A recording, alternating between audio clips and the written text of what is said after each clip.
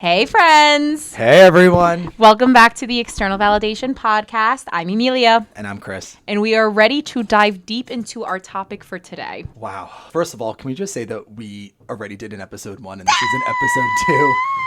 Guys, we're on our second episode! I didn't quit after the first. I am so proud of myself.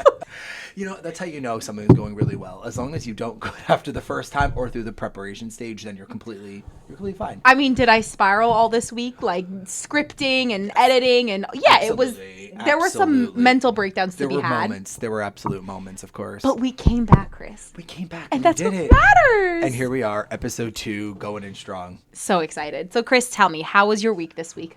You know, I have to say, all things being considered, you know, with the start of the first week of September, it was a really good week. You know what's funny? I'm going to call it the Rose and Thorn, as you've always played probably back in like middle school. Rose and Thorn of the week! but funny, I would say I actually have 2 Roses of the week, if I could say. I did. Wow, what a week someone had. We are having a week. So 2 things. As you know, I've been training for my marathon, the Marine Corps Marathon on October 26th. Sunday, October 26th. 7 a.m. start time. Be there, be square. Yeah. Hey. But I actually was doing a 17-mile run on Saturday. Oh my God. Absolutely crushed it. Wonderful. I saw those times. You killed it. I did a really great job. You killed it. I didn't hate to be like that, but I really did a good job. So there was that, and then I think my other rose would be that I had a great weekend with my sister and my brother-in-law in Maryland. Took a little drive down, went to a football game, had some great food, and just spent some good time together. Yeah. I mean, Maryland, D.C. in the fall is probably like peak season. Fantastic. I'm so jealous. I wish I was there. And then honestly, I think the only bad thing, if you will, quote Thorn, I would say is like I'm a little behind on work. I probably wish I was a little more ahead. You know, I tend to, make my to-do list and check it off, but I think things were added on faster than I can actually check them off. So I think going into this week, I'm a little bit more apprehensive and a little bit more heightened in the Sunday scaries, I would say. Yeah, and plus you're traveling too this week, so that just kind of puts a damper on the whole damn week. If anyone's been to the Windy City, please let me know because I will be in the Windy City this whole week. So Windy City. So what's going on with you? How was your week?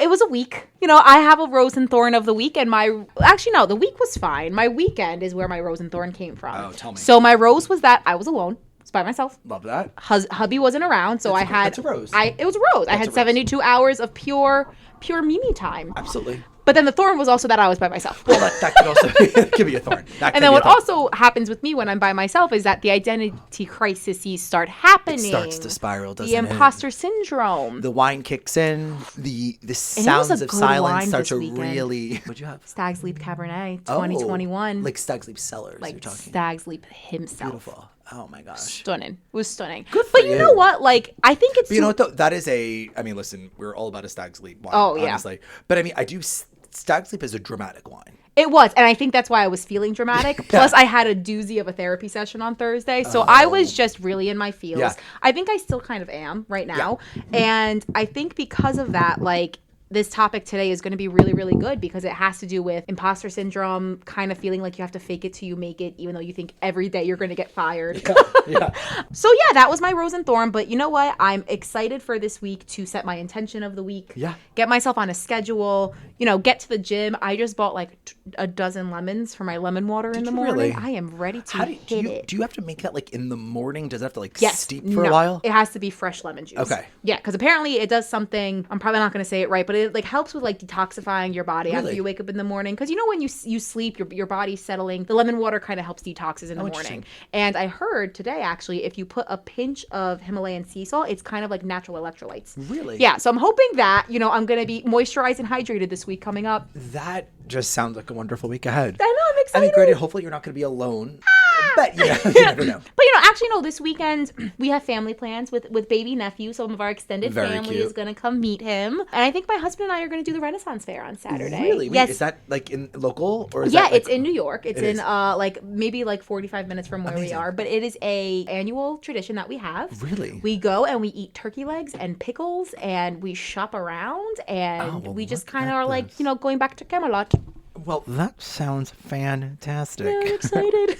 Oh my gosh, good for you. Thank you. It's going to be a wonderful time. Yes, we're ready to turn this week around because she's been, I literally walked in today, guys, and I said, Chris, I'm emo. And he's like, well, we got to talk about it, don't we? Yeah. And then we spent about 45 minutes talking about what does it mean to be emotional? What does it mean to not be emotional? Well, I was listening to like my 2000s punk rock emo scene. So Simple she's Plan just... and more. Yeah. You know what's funny? On the way back from DC, we listened to the anthem and I was back. It Transported. really brings you back to like when you like remember hearing that song for the first time. Like Good Charlotte, all time low. All of the classics. I know. And it's kind of funny because there are really good artists out there. Oh, yeah. But there's something about a 90s, early 2000s rock band that you just can't replicate anywhere today. You really can't. Yeah. I love the time that we grew up. Gosh. Yes. Well, I think it's important that we get to our topic today. Oh. You know what I mean? What is the topic, Sir well, Christopher? Today's topic is what I like to call corporate America. Oh, here we go. It's corporate, major corporate, epic, huge. You know, it's the topic that I think every millennial thinks about at least from Sunday at 7 a.m. till about Friday night. And maybe that 1 hour on Saturday morning when you think about checking your emails. I did that this week. Yeah, I'm so mad at myself. You know, we'll dive right into it. We have to dive right into it. But look, so today's episode is really just about corporate America. But I think even before that, I do want to actually do what we like to call our circle back. Circle back. And say last week's episode was really great, by the way. For our first episode, I have to say we killed it. We really did. We killed it. I feel like we netted out in a good place. Just talking about friendships, Yep. talking about the communication pattern in Yep. friendships, what it means to kind of show up with intentionality, what it means to just take a minute, but also to kind of like have a bit of an experience with friends to be like, hey, I'm a little mad. Like, what's going on? This is why I love these conversations because I still continue to like learn different avenues to take for myself. Yeah. And I think that's why this podcast to us is so important because I am still learning every single day. You should never stop learning. I think you gave some really good insights on friendship in general. Well, funnily enough, I was about to just compliment you on that because... Give it to me! So one of the things you were saying last week was take a little bit more time. Not to say that I would jump into anything. We spoke about having more intention, having a bit more time to just take a minute. Thought a little bit about it. I still experienced, don't get me wrong. I still ran. I still did what I need to do. But I took a little bit of time. Stunning! I didn't drink for about 3 days going into it. Amazing. And I'm saying like not like the random glass of wine Yeah. here and there, which was really great. I took some alone time, watched a little TV, Ooh. relaxed, did my Theragun. We love a Theragun day. Which was a wonderful day. But imagine like rather than doing anything and running and trying to like always accomplish something, I just took a minute, which was good. I loved that. First I time love ever. to hear that, Yeah. Chris. Look at us go. Just shining stars. All right. Yes! So perfect. Guys, we want to kind of give you a little bit of insight on why Chris and I think we are qualified to have a conversation about corporate America. A little bit of background on us. Yeah. When I first started my career in corporate America, it was fresh out of college, and I looked at the person that said, your resume looks special. You want a job? And I said, absolutely. I didn't have a plan. We have all been there. I know. And I didn't have a plan. I didn't do internships. I worked full-time all throughout college. So for me, I was ready to get out of that college job and get into the quote-unquote corporate America. I was a purchasing analyst for a large global printing company. And I was there for a year. So if that doesn't just explain, how that was going. From there, I actually got a job at one of the Big Four consulting firms. Started as a contractor and turned full-time. And I have to say, like, that was my first real taste of corporate America. That was in New York? I was actually in northern New Jersey for that one. Yeah. So that I didn't touch New York yet, thank God. But that was really my first taste of true corporate America. The drama with Brenda from accounting, the happy hours, the which one of your coworkers is skating along while you're picking up after them. Yes. So it was a lot. And I was very confident in that role. I just felt really, really happy to be there. You know what I mean? I knew I was being of service to people that needed me. I knew whatever I got, I would do it right. And I think that confidence is something I miss today. Maybe I was just young and dumb. It was just a great feeling to feel like I was a part of a team. Sure. Shortly after that, I took the plunge into a New York City position. That's always a big transition. I cried the first 2 weeks every night when I got home. That commute, I just wasn't prepared for the commute. Truly and honestly. Have you stopped crying? No, I'm still crying daily. So that hasn't changed, everybody. On that. I think the difference was this was actually pre-COVID. So it was 3 months before COVID started. Yeah, you mean, like the true before COVID. I was in the city 5 days a week. I started in December 2019. So I was not only was I commuting every single day, I was commuting during the busy season, during Christmas, during all those Christmas crowds, and the cold and the snow and the rain, and I just was not prepared for it. Sure. In that role, I was an analyst at a hedge fund. And that was a eye-opener for me. Let me tell you, when I did not fit in, I did not fit in. Like, these people were just sharks. And it taught me that sometimes you're not meant to be in certain circles, and that's okay. That's fine. Like, don't force yourself to be somewhere that you don't belong. Very grateful. I learned a ton. I feel like that was like the biggest job that shaped me into who I am today, because I was working those 16, 18-hour days. You know what I mean? I had to be on call with Tokyo, be ready if like Australia needed me, and if that was at 1 o'clock in the morning, that's what you did. I think for me, I didn't mind it as much was because I was home, right? I only spent 3 months in the city, and then we just completely went remote. Interesting. For the money that I was making, I said, sure, I'll work these 18-hour days at home in my pajamas and making my cup of tea anytime I want, or going out to get lunch. I didn't mind it. That one, I was there for about 2.5 years. Mm-hmm. Then I went actually back into consulting. I did a boomerang back to the Big Four. And this is where it all turned dark. Dun, dun, dun. Dun, dun, dun. I was there for maybe 10 months. And I was so stinking happy. Mm. Loved my team, loved what I was doing. We were a newer team. I was the only staff on a team of about 7 or 8 leaders, and I loved it. I was thriving. It's great learning. It was honestly like when they tell you like perspective learning, which is really great. And when they tell you like jump in with both feet and learn how to swim, like that's what I did. And it was probably the biggest growth for me because I had a team that supported me. I had a team that, you know, really wanted to see me win. Unfortunately, due to attrition, due to COVID, my whole entire team was laid off. I think about 5% of the workforce was laid off. And that was my first taste of sadness because I remember telling my husband, like, I found the place I'm going to retire. They're going to send me to get my MBA. I get to get like extra training. I get to work fully remote with a team that like really supports me and wants to see me grow into a leadership position. And I think for that one, I cried for like a full week. Like I was in like straight, I could not get over it. Me and my team were chatting every day. You guys doing good? Anything we can do to help? And that led to 8 months of unemployment. Yeah. Within those 8 months, there was also a lot of personal stuff going on. We lost my husband's grandmother. We lost our pet. We sold our house. Went through a little bit of a depressive stage. And then after that, I was able to find a position. And I thought this position would be worthy of where I wanted my career to go. Unfortunately, it was a nightmare for me. I was there for, say, 5 to 6 months before I was unexpectedly laid off again due to restructuring. I did not cry for that one. You were not yourself. Yeah, that position, I think, like broke a piece of me or like broke my soul. It just...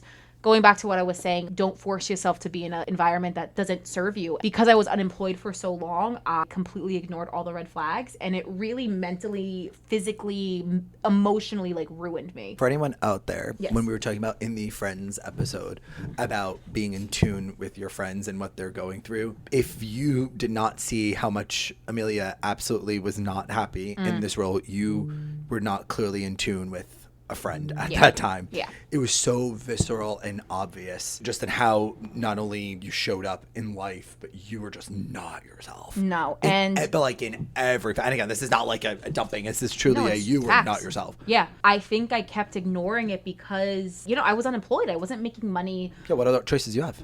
That's what I'm saying. So I just took whatever came to me and I said, oh, I'll make it work. I tried for so long to make it work. And that layoff was the biggest blessing of my life, I have to say. I feel like that's the millennial coat of arms. Oh, yeah. Of like just to make it work. Yeah. You just find a way to make it work, pieces together, duct tape. Yeah. What's it like? Oh, like the toothpicks and the marshmallows. Like that's how we're holding up the world. Yeah. You know? Like that is quite literally, I feel like the millennial syndrome of just find a way to make it work and hope for the best. And even if it ruins you a little bit, you're just doing what you can to survive. And you know what? That was the position that truly taught me discernment, where you have to pay attention. But I was getting migraines probably once a week, and that grew from once a month to once a week. I was so sad. I was crying all the time. Not my normal crying, like actual deep guttural crying. My friends noticed it. My husband noticed it. I was antsy. I was snippy. It was not for me. That is what I'll say, like, is my biggest blessing of the past 2 years, that I got laid off from that job. Truly and honestly. After that layoff, unemployed for another 8 months. We were doing great. And then I landed to where I am now, working for a large global consulting organization. I'm content. My fight or flight instinct is not going off the chain like it did at my last job. I feel stable, but my mentals are going crazy. Like my imposter syndrome and own self-identity has kind of been a little bit skewed in this position. So that is where I am. Chris? Oh my gosh. You know, as I just trauma dumped on everyone for the past 5 minutes. Chris, let's give a little pep in everyone's step. Let's hear a good career ladder. It's probably very relatable. It's very real, raw story that, yes, maybe it's not the most glamorous story where you have every trophy known to man with it, but it's a real story that has affected you in your life. Exactly. Yeah, it's life. But you've overcome a lot, and you have a lot to be grateful for, and a lot to not only be grateful for, but to commend yourself for, because it took a lot of perseverance to get through that. Thank you. I appreciate that. Yeah, and I have to say, like, kudos to you, because you were noticing I wasn't good. And you were like, I mean, the trivia tonight, we're going out, we're having some wine. And my first instinct was to be like, no, I'm not in the headspace. Yeah. But like, when you know your friends are there to help you up, like, you accept it. Don't hide from the people that truly know you inside and out. Yeah. Like, my friends and my husband truly were like the only reason I made it through those times. Yeah, but that goes back to literally, not to literally keep cutting back to the other episode, but I just want to wrap around. Yeah, but truly to circle back, and net you have to experience, and you could have stayed home and wallowed, and maybe some days or some weeks you did. Oh yeah. But you probably learned a lot, or at least got some reprieve by going to trivia and the simple glass of wine on a Wednesday night at the local trivia spot, which isn't glamorous. It's not a good glass of wine, but it was a glass of wine. But you were with friends. You weren't by yourself. You know what I mean? Yeah. As we were saying, that was your rose and thorn earlier. 100%. You know, you weren't by yourself, which is really nice. Yeah. But yeah, no, that's good. I love that. Thanks. God, my story's probably not. Actually, it's not as dramatic. It's not as dramatic, I would say. But my story is probably a little different. In the last episode, I mentioned, I am a risk taker, and I think you'd see that through the story. I went to a local state school in New Jersey, got my accounting and economics degree, then got my MBA directly thereafter. I got full scholarships to school. I was the straight A student my entire life, and today that has become the backbone for not only my TikTok channel, but for the person who I am today, which is a recovering perfectionist who wants to still get straight A's but without anxiety. 100%. Which is completely me. I did do the internships. I worked for a bunch of massive companies, not only as a writer, but also in the accounting field as well. My first job, exactly like you, was just going on LinkedIn, finding 1,000 different jobs. Yep. Applying for everyone, whoever gave me the first offer with money that I thought was okay. That's the job I took. It just happened to be a public relations company as a staff accountant. Yeah. That's just kind of how I got into it. What I didn't know about it was that it was kind of the best of both worlds. I had structure, stability. I had cool people that I work with, but I could show up in a t-shirt and jeans and be comfortable and still work in Flatiron. Amazing, yeah. And feel really cool about it. So I had the New York City experience right out of the gate, which was really awesome. I always was ambitious for money and experience, so I tried to tie myself with people who were much smarter than me every single time. That said, I was at that job for about 8 months.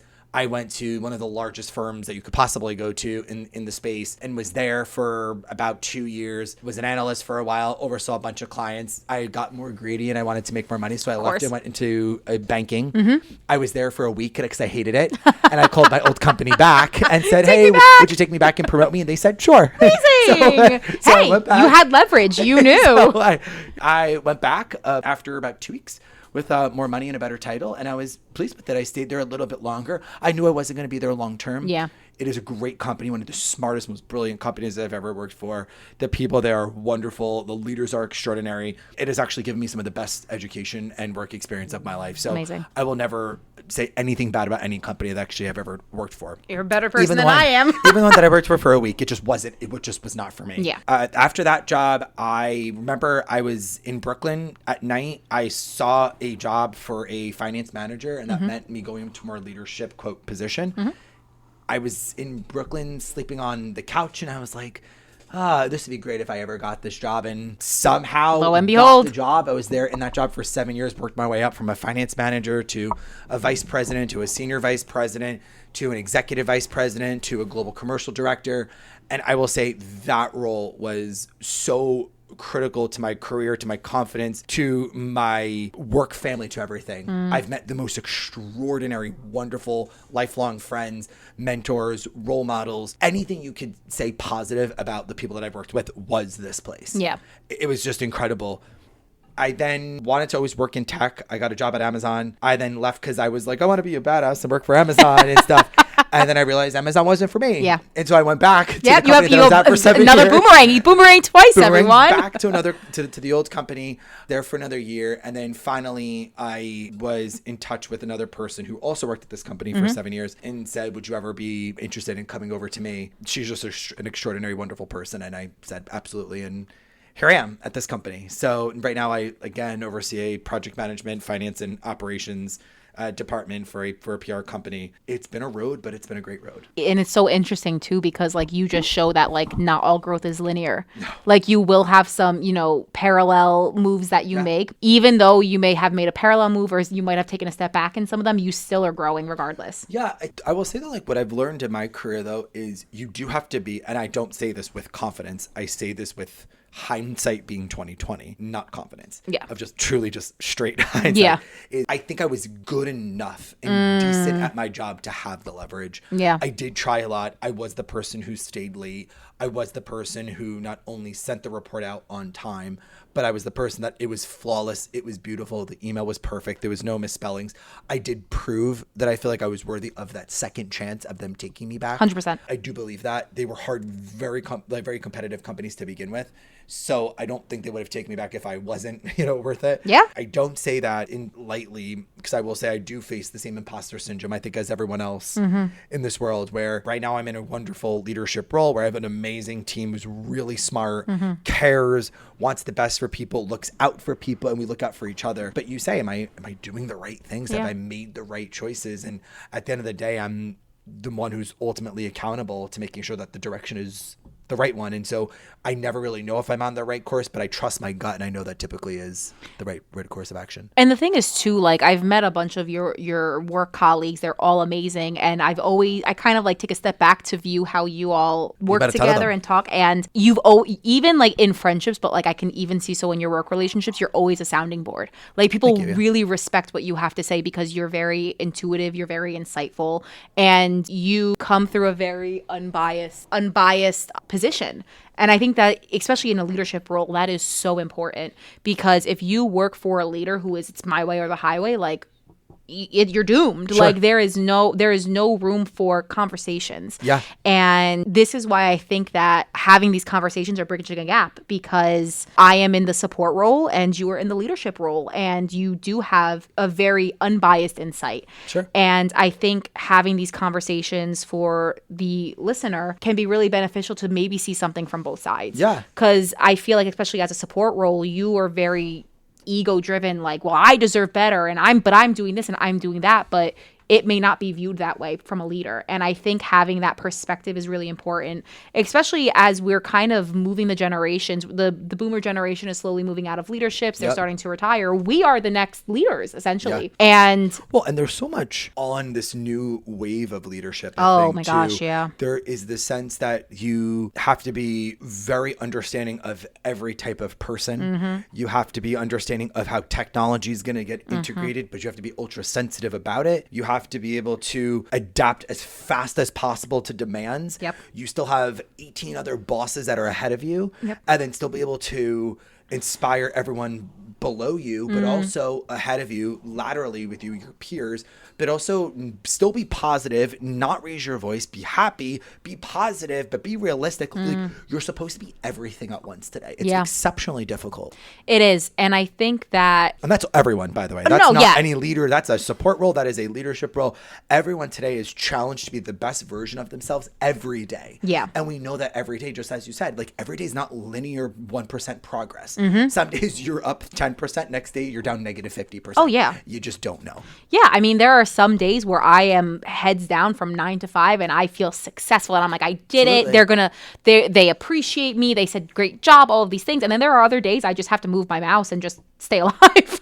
It's difficult. It's very, very difficult. It's challenging because you, especially too, and I know I mentioned imposter syndrome earlier, it is hard to not only have it yourself, but also to then have it where you have a team of people who might be feeling the same way. Oh, yeah. However, I do take that as a leader, not personally, but I take it like professionally personal. And what I mean by it is that means there's probably something that I'm not doing that means that they're not feeling like they're doing their best, or that they don't believe that they're doing their best, or they're not supposed to be there. Yeah. So I feel like that's on me to let them know what their role is. Maybe I have to let them know the larger mission of the organization, how their role plays into it, what have they done to support it, and maybe the things that they're going to do that's going to support it. Because sometimes I think imposter syndrome is just a product of not knowing maybe what the main goal is or why their role actually exists or what the career progression of their role is going to be. Yeah, it is. I can agree. I definitely think it's a lack of communication between the leaders and the support staff. And in my instance, I support a handful of leaders, and some of them are really great and some of them are very communicative. And I know if I'm helping them with something that it is for a larger purpose than just pushing paper. And then there are others where I'm like, oh, you are really pushing this age gap discrepancy of you people don't know how to work 16, 18 hours and you have to work on the weekend. And you're going on vacation for a week, bring your laptop. Or I was in a conversation that you and I have talked deeply about when it comes to burnout with leaders and support. And I was on that call because I am supported one of these managing directors, and every single person on that call, mind you, it was directors, senior directors, and above. One was saying how she was on the labor and delivery table answering emails. Another one was on his honeymoon answering calls. And I'm sitting there mortified because I could never imagine taking time out of my life to make sure something gets done that's not, in the grand scheme of things, like really minute in the totality of it all. There's there's certain times where I do believe, I'm not saying you have to go above and beyond, and when I say above and beyond, that you have to do something so specific that if your boss is asking you to do it, you must do it. I don't think there's a lot of those times, but I think there will be times that has to happen. Yeah. But I don't know if that applies to being in labor, being at a funeral, being at a wedding, these major life events. I don't think it applies to major holidays. I think there are times where, especially in many cases, so much of life is planned in corporate America. You generally know if on Valentine's Day or on a certain day that we have a major activation, we have a major milestone, we have an FDA approval, we have something going on. You know well in advance that that's going to take place. I might say that it doesn't make it easier for the person to still do that. You could still be upset, you still have to do it. But you might be informed by it. And that's, I think, where I get frustrated, because the way that they're acting, because I to give some background, I do work in a legal sense, like a legal department. A lot of the people that I work with are ex-lawyers. Some are ex-FBI, some are ex-special agents, and they just believe that you need to be available 24/7. It's so difficult for me because I was once on the billable side and now I'm on the unbillable side, right? For me, if I know like this is maybe like in relation that it's going to affect my bonus, I will work. There will be some weeks I'll work extra. I mean, I'm heading into year end. I know I'm clocking overtime every single week until that's done. But if I'm on vacation for 5 days, and they're not all business days, you guys can handle it for 2 days in my absence. It's not that big of a deal. And the fact that I feel like leaders of the boomer generation, I'm just trying to designate not like millennial leaders, but they believe that if you do not work those 16, 18-hour days, like you don't care. And I feel like that's so unfair, because work-life balance, I feel like, is a really big trigger word for millennials, because maybe we saw our parents that were working that time, and maybe we were like, oh, I remember as a kid, my dad didn't make it to my soccer game, or, my mom couldn't make it to my recital because she was too busy working. And I feel like that's not worth it, right? I always revert back to the quote, if something were to happen to you at work will just replace you, but your family never could. Yeah, fair. I feel like it's a very thin line, or like a very delicate balance, all in all, to kind of wrap around. But honestly, though, a good leader wouldn't ask you to do more than need be. Like, I really don't believe that. I think if anyone who's worked with me would know that you have a lot of creative freedom, as long as so 2 things. I think if you know your span of control, meaning you know what you can and can't say yes to, what you are expected to do on a daily basis. And 3, most importantly, is that you have the trust of everyone at your own level, below you and above you, to make any decision, because you're going to represent the best of the company. I don't think there's a reason why you'd have to work longer hours. I feel like a lot of it comes down to like a trust factor to some degree, like workload and maybe being, of course, there's the understaffed piece and cost. And of course, I believe though that there's always a handoff plan. Like, I trust that my team is going to have a handoff plan if someone's out of office. I trust that they're going to, show up the right way for the client, because that's the expectation. It's our job to show up the right way. Yeah. So to work 16 to 18 hours, because it's an expectation, I think that's always going to drive a bit of resentment if it's an expectation. Yeah. And that's It's what not, it it's is. not the what's it called? The exception, Yes. not the expectation. Exactly. And I think that it's too because there really is, I feel like sometimes too, leaders kind of have a power trip where it's like, well, I don't owe you a reason as to why I need you available this weekend. But it's like you do if you want to build a good rapport. So I think it's funny though, because there are parts of it where it's interesting. I believe both sides of that, where when it comes to why and inspiring people to say, hey, I need you to work overtime today, I think giving them a reason why and explaining what the rationale is and why it's important and what you're going to do to maybe counterbalance some of it. Maybe it's more time off. Maybe it's like changing some hours. Maybe it's a comp day. Maybe it's a cash thing, whatever it is. Absolutely. Like be honest about it as to why and what you're going to do about it. However, I don't believe that full transparent communication all the time on every topic is necessary. Interesting. Because I will tell you, if I was an intern and I heard an executive conversation to be like, yeah, we're really not doing terrible. We lost 8 of our largest accounts. I'm making this up. Yeah.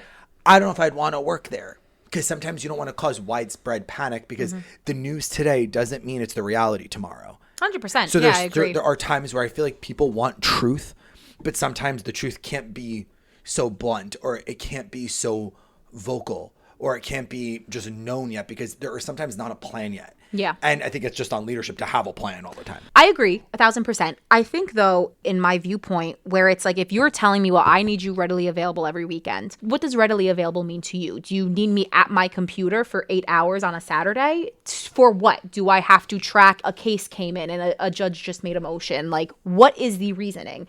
If you can say, you know what, you're right. Like maybe 8 hours is not necessary. Check your email at 9 a.m., 12 p.m., 3 p.m. And if something comes in that needs a signature, please just make sure you get it out.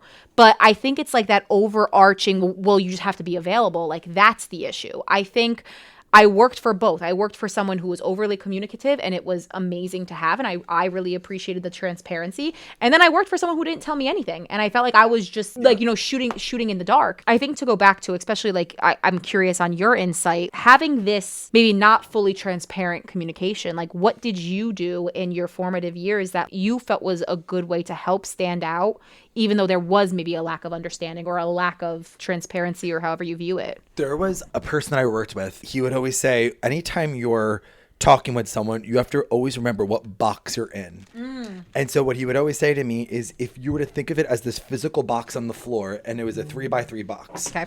And he would say some people, when you talk to them, you can speak to them from the far back boxes and you could speak to them with 2 boxes ahead. Yeah. Meaning you can sit back and say, hey, so let's say I'm talking to Emilia and I were to say, when I speak to you, I'm sitting at the far back box, which means there's 2 boxes ahead. And that means I'm saying, you know what? Yes, I could speak to you about long range things as well as short range things, box 1 and box 2. And that means also I could tell you that because I'm there, I could speak to you about what's going to happen to the left of you on box 1 to 3, as well as to the right of you, box 1 to 3. Maybe those are the stakeholders that work with directly and indirectly. Okay. Other people, you have to speak to them from the front box and maybe front right box, meaning that some people can only understand certain things based upon where they are in their career, maybe the experience that they had, maybe they're new to the industry, maybe they don't know much about the company or what they're doing just yet. It just depends is the point. Yeah. It was the best advice because you realize you can't, the point is this, is you can't speak to everyone in the same way and believe they're going to take it in the same way. You have to know where they are in the communication pattern to say, when I speak to them, I have to speak to them from this box so they get it. That's great advice. So a good example was the way I talk to our CFO is not the same way that I'm going to speak to an intern on my team, because I could speak to the CFO from the back boxes and talk about something short run in the next 12 months and the next 5 years, box 2. Yep. As an intern, I got to speak from that top box and talk about maybe the next 24 hours, maybe the next week, maybe something in the next quarter. Yeah. But they're not there. So I can't expect them to understand or interpret what I'm saying and believe what I'm saying because they're just not there yet. Yeah. But eventually the goal is to make it where I could speak to someone in that middle box and that like middle box and in the middle row. Yeah. Or the middle column in the middle row. Yeah, that's really interesting. To that point, how do you feel being all inclusive to someone from the intern all the way up to the MD? How do you feel like it's a good approach to make everyone feel included in the larger goal? So like not to leave anyone out, that everyone understands this is what it is. Like what box would that be? That middle box? Would you differentiate the conversation between different like level sets? Yeah, I think 2 parts to that. I think the first part is, so on my team, we have about 17 of us Okay. on our team. Okay. They are international as well as domestic. Okay. I have to be cognizant of a couple things: levels, Yep. international, Yep. culture, and just other things. Yeah. And as a result, what I typically do is we have just general large scale team meetings where I speak the same in front of everyone. Okay. So everyone just hears it from me of blunt truth, Yeah. of an update with the agency, an update with the business, an update with what our team is, the goals we've achieved, the goals we have not achieved, what we're going to look for the next quarter as a leadership team. And that's just within our own internal team. Got it. Then what I like to do is have more level-based meetings. Have an internal, like, straight-up leadership meeting where we just talk about leadership things. Like, hey, team, this is what we're focusing on. Yeah. X person, I need you to do this. Y person, I need you to do this. And it's more direct, not directive-based, but it's more like, these are the things I need your help with. Yeah. And then I need you to just tell me what I have to help you with so we can kind of get this in motion. Simultaneously, we have more intern-based reports, and we have more kind of more junior level reports, and meaning in those meetings it's a bit more about how's your work list, how's your task list going, are you overwhelmed, do you feel like you got the right training, and it's focusing on more in day to day. And then on our more mid-tier leadership, what we focus on is how have you allocated your workload, how do you learn delegation. So my point is that I think your management style has to be kind of determined by who you're talking to and the level that they're at, but it can't be in the same meeting. You have to make it very tailored and individualized. Understood. So for example, if I was an admin for you, Sure. What is something that you would want to see from me? That you could say, oh, she's really kind of stepping it up, standing out to me as maybe someone to look out for a promotion or a bonus, or to give them more projects to kind of show a different sort of skill. Like, what can I do in that situation to my leader that can kind of say, oh, maybe she's doing something that she's confident in or comfortable in, or I would want to kind of explore that for a different role. I think it would be a person who has a deep understanding of what we as a group are trying to achieve. So one, takes interest and believes in the mission of the entire organization and the team is number one. Yep. Because if you don't believe it, you're not really going to care or really not maybe want to try for it. Very true. And then two would be that the ultimate goal would be that you're my other eyes, ears, etc. When I'm not there, you could almost be the de facto me. Oh, interesting. Okay. So, because I wouldn't look at an EA as you're my admin, you do my emails, you do X, like you're not my robot. Yeah. Like, I would want it to be where you're actually this guardrail of, in order to get to my, like, you're basically a protector of my time. Ooh. Put it that way. Yeah. And I know that when something comes to me and I trust that you vetted it. Yeah. So that would be kind of what I'd be looking for, is someone who knows what I'm looking for, knows what the team is looking for, that if someone wants a meeting with me, not only what the presentation would look like, whether or not I can sign it, whether or not it's allowable, you kind of know the rules, that you're almost telling me, hey, these are the, here's a document from X person, I vetted it, these are the 10 things that I've recommended, this person's not willing to change it, here's what I think you should do. That would be an EA, like a superb EA, because they're me forward. And so to me, it alludes to more of like a chief of staff position. Yeah. Versus someone who's more just on the admin side of things, of like emails and stuff like that. Yeah. And I think too, like, how does that sound with someone like you? Because I know you're hyper ambitious. I am hyper ambitious, unfortunately. Honestly, I feel like for that to work on both ends, the leader has to be open with me, and they have to be very communicative with me and not shut me out. I feel like in a lot of instances, a lot of leaders are very hyper independent, where they're like, oh, you just do my invoices and that's all I need from you. Right. Well, some roles are not, they're roles. They're not careers. Exactly. And so in order to make a role a career, you have to show them that there's pathways towards getting to the top. Yeah. And some people, though, and I do believe this too, I don't believe that every person wants to go to the top. Some people are just cool being in their role. Yeah, there's nothing wrong with that at all. Yeah. Just want to be a financial analyst, and they're fine with that. And that's cool, because sometimes there's a really good financial analyst who doesn't want to manage people. Yeah. And we should be totally cool with that. Yeah. And so it's no different than if I'm not really good at coding, in order to be an X level person, and I have to learn coding. Well, what if I just don't want to learn coding? So I have to find a new career. Like, why would that be fair to people? I agree. Yeah, 100%. So sometimes that's why I'm saying, I don't know if it's about learning a new skill as it is just getting people more involved. But to your point, that requires inclusion. Yeah. You know what? That's going to be my intention for the week with my managing directors. I'm going to go in. I'm going to be communicative in a way that I know is respectful to them, in a way that they're going to resonate with. I'm going to open my eyes a little more to like the bigger picture, because I feel like a lot of times I fall into the monotony of just like do your job and that's it is what it is. But I think for me, especially like now that we're at year end, things are getting crazy. It's like pay attention to the crazy, kind of mark down and like find the points where it's like, oh, this is a pain point. How can I make this easier for them? And just like I said last week, like I wanted to make a plan for my personal life, and now this week I'm making a plan for my professional life. I think it's too, like I don't have this comfortability to talk directly with my MDs and just kind of be like, hey, tell me what you want. Being able to bridge the gap with you. And but why not though? What's missing? I don't think we've built that level of trust just yet. Like, I know I'm very good at my deliverables. I get them what they need. I'm very available to them. And mind you, I've only been in this role for 5 months, right? So now that we're at year-end reviews, I feel like now I can kind of open up this conversation, because I got down like what I have to do on a day-to-day, right? It was a lot of onboarding. It was a lot of learning the systems. It was kind of learning the nuances of different engagement letters, different contracts. Now that I am feeling confident in that aspect, I feel like now we can start opening up the conversation and kind of saying, hey, I realize you focus more so on litigation with financial crimes, whatever it may be. I'm really interested in that. I feel like I can give you a good operational approach. What do you think that you're missing on? It took me, probably like 5-6 months to still like learn the organization, learn what's expected of me, and now put the onus on myself to say, well, what do I want? Right. But also too, just remember, like, that's not all on you to do too. Like, I love the fact that you're like seeing how ambitious, and you're going to take your work very seriously, and you're going to strive to be like, you know what, I'm going to do something different. I'm going to show up differently.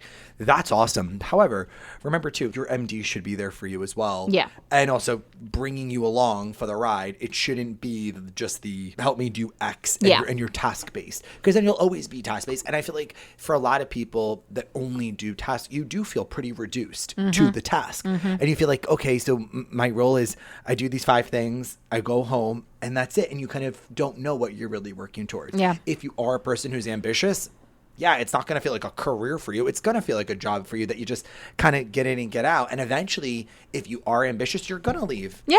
You're not going to want to stay. 100%. And I think another way, like, I've been working on myself to view it as I'm viewing my relationship with my MDs as a partnership. Sure. Not so much like a hierarchy, right? Yeah. Because if some people are like, oh, well, you're the leader, I just got to do what you feel. Like you said, it reduces me to something that I don't want to fit into. I think if I can start viewing it as like, hey, I'm your right-hand woman. What do you need from me? What can I do to make your week easier? What can I handle, take off your plate? And then that also helps me too, because I'm very big on like operational skills. I feel like that's just one way to make the world go round. That's kind of what I want to focus on, using my critical thinking skills. I feel like sometimes too, when you're in a staff position, you forget that like still a growing opportunity no matter what position you're in.